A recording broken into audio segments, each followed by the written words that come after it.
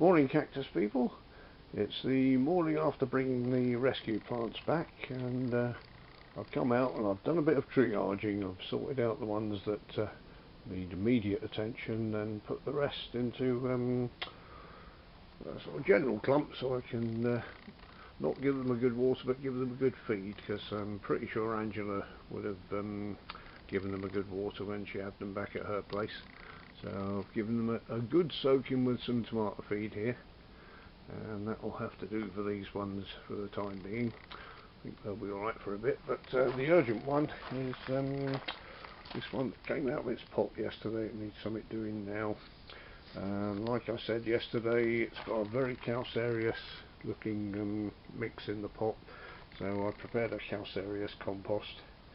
And although I think it's possibly a Hagiacereus, which is a creeping type cactus, I'm going to give it the benefit of the doubt and put it upright for now. If it wants to creep at some later stage, I'm sure it will let us know. So I'll pause there and get on with it.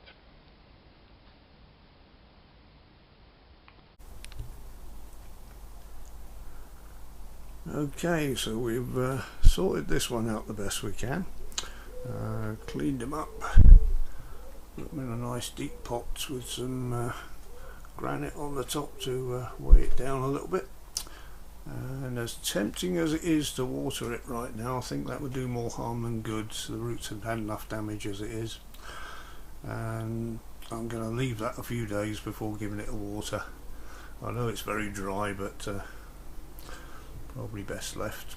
And on to the other ones. This is the next worst one that needs a bit of sorting out, but just before we do that, I had a positive ID for this one from Newman in Japan, who's come up with the name of Euphorbia resinifera, which I thought this was a euphorbia as opposed to a cactus. I didn't quite recognise it. Lovely old plant. Did notice something. Oh, sorry, thank you very much for that ID, Newman, that's much appreciated. Did notice something in the branches there. It looks like a possible cactus seed there or something else, so we'll have a little investigate on that later. And Scott said he's pretty much onto the apunches at the back there, but can't get near those.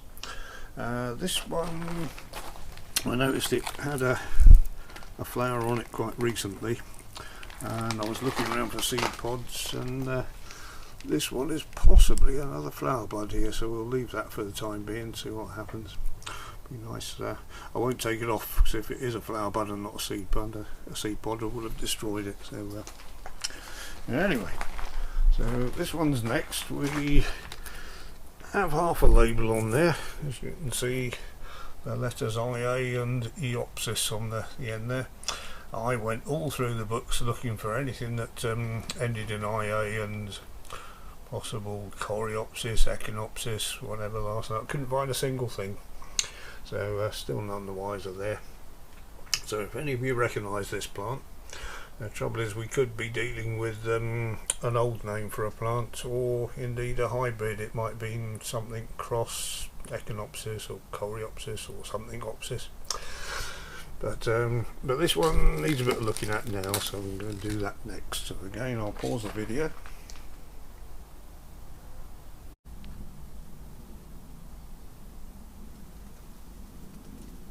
So that's this one cleaned up and repotted. Looks a bit better now, and I know it still looks a bit top heavy in that, but he's weighted okay in this pot. He's sort of balanced with a lump of granite in there as well. And looking at him, he looks very mammillaria. If you look at the end of that and then compare it to this mammillaria, you can see the similarities there. So that's where I'm going to base further investigation. There's about 250 different mammillarias, so the book I had probably didn't have anywhere near all of them in. So I'll have a look through later and see if we can decide what that might be. And I'll hold it there for now with the repotting videos, because otherwise it will go on and on. So We'll do the rest another day. Thank you very much for watching, everyone.